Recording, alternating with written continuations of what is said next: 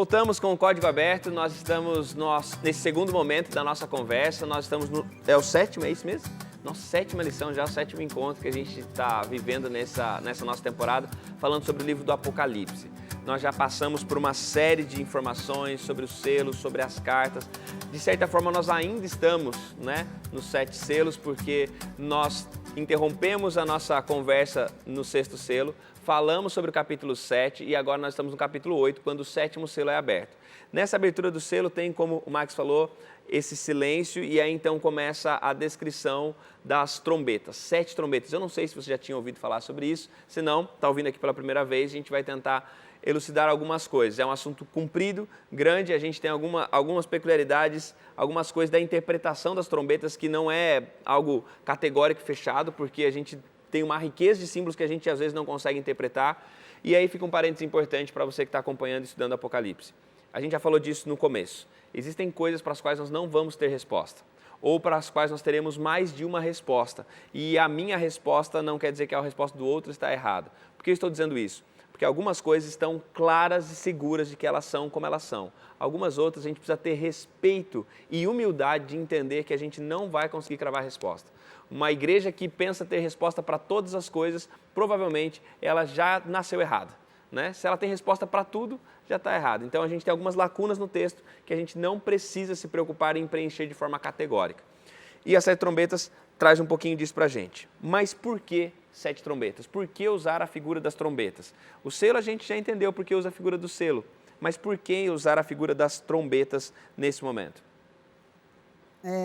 Quando a gente vê a cultura judaica, a Bíblia foi escrita primariamente para um povo judeu, através com símbolos da cultura deles. Quando a gente fala do shofar, que são as trombetas dele, que eram chifres de um carneiro, eles estavam sempre chamando para algo grande, reunindo o povo para uma batalha, reunindo o povo para um ritual importante dentro do calendário judeu, ou ele estava chamando para a guerra. Então, ele sempre está chamando a atenção para algo grande, algo que vai mudar o rumo da história desse povo. E isso se aplica à terra nesse caso. O símbolo das trombetas, então, tendo esse panorama, esse contexto histórico, significa que elas são intervenções de Deus, intervenções no decorrer da história em favor do povo de Deus. E por isso que elas se correspondem com os selos que a gente comentou. E se a gente fizer um paralelo, voltando um pouquinho nos selos, nós percebemos um período de perseguição à Igreja do Senhor. E parece assim, nossa, que injustiça, o povo está sendo perseguido e ninguém faz nada, quem vai defender?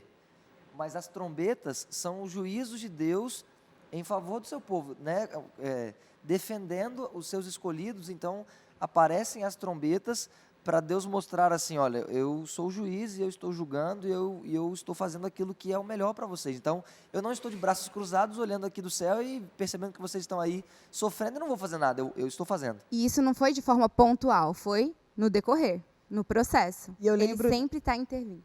Eu lembro das pragas do Egito, certo? As pragas do Egito foram, segundo Êxodo capítulo 3, versos 7, 8, 9, ele fala, Deus fala, eu ouvi o clamor, ouvi o choro, meu incensário está cheio, do clamor do meu povo, E aí agora Deus se levanta com sua ira misturada com misericórdia. Então, se nós teremos as 7 taças que estão cheias da ira de Deus, aqui a gente vê já a ira junto com a misericórdia, porque enquanto foram derramadas as trombetas, as pragas do Egito, o povo ainda eram sinais para o povo entender, o Egito já era, o Egito vai cair, não vai sobrar ninguém, Deus é soberano. Então, você tem que decidir para que lado você vai. Tanto que se a gente vê os registros, haviam pagãos, pessoas que não eram do povo hebreu, que foram para o lado deles, que saíram, também se libertaram do Egito. Não sei se está certo falar isso, me corrijam, mas os 7 selos, imagine que selo, carta, você entrega meio que destinado pessoal. E quando você fala em trombeta, imagine que quando alguém soa uma trombeta, chama a atenção de todo mundo. Olha aqui, peraí, olha aqui, todo mundo vai ouvir, não é verdade? Nossa, isso é muito legal. Existe um paralelo interessante que acontece quando quando nós falamos do capítulo 4 da entronização do Cordeiro lá, né, que o Cordeiro aparece no trono, capítulo 4, capítulo 5, como uma referência ao Pentecostes, né? Nas festas judaicas, depois você aparece o shofar, e o shofar ele era usado por 10 dias seguidos como um anúncio do dia da expiação.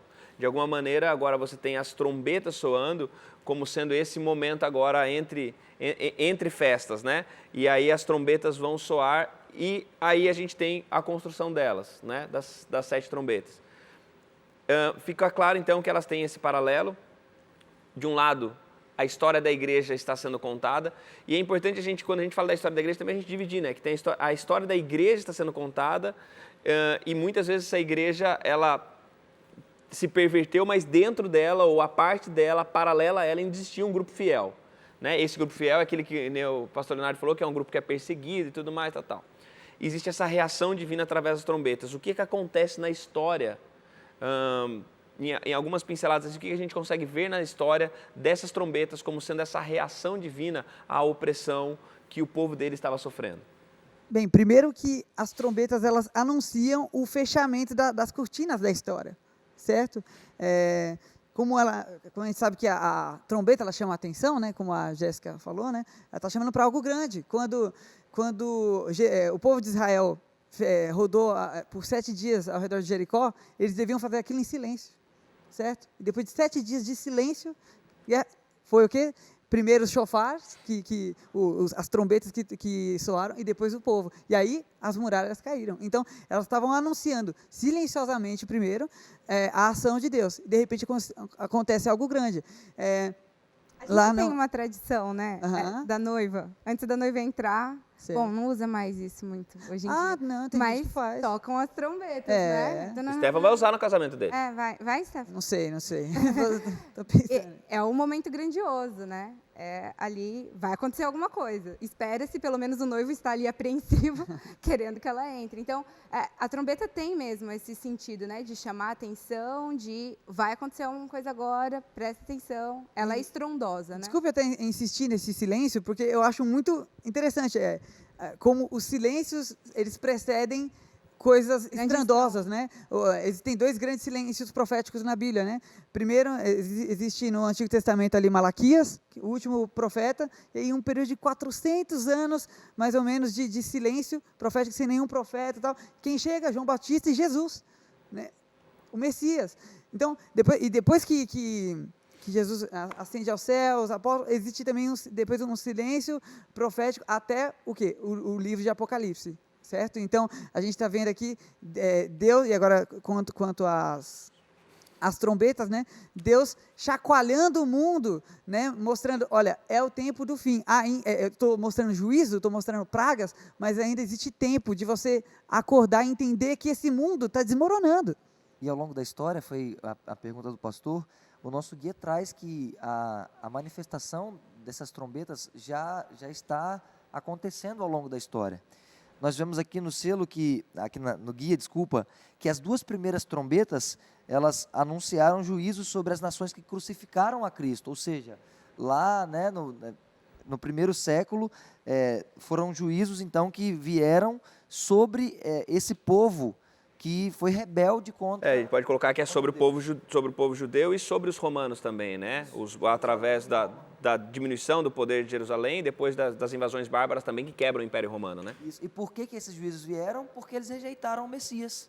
E eles rejeitaram Jesus Cristo e tiveram, então, o juízo já executado naquele momento. Depois, a terceira e a quarta trombetas, elas retratam o juízo celestial contra a apostasia da igreja cristã no período medieval, que nós falamos que a igreja se afastou e a igreja não buscava mais a Deus. Então, a terceira e a quarta trombeta são os juízos de Deus sobre o povo rebelde, sobre o povo de Deus rebelde. E inclusive, existe essa ideia da escuridão na quarta trombeta, né? Que a escuridão é essa verdade sendo eclipsada, né? Ou seja, no momento de escuridão, Deus reage.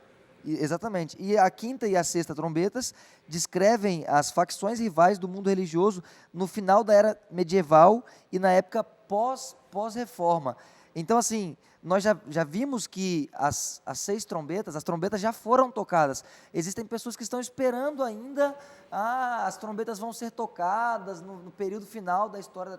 Não, a gente tem que lembrar que as trombetas simbolizam juízo que é a manifestação de Deus contra aqueles que perseguiram a igreja. Então, enquanto houveram as perseguições, Deus ele não ficou calado. Deus ele reagiu para cuidar do seu povo. Agora, olha o verso 5 do capítulo 8, fala aqui, né?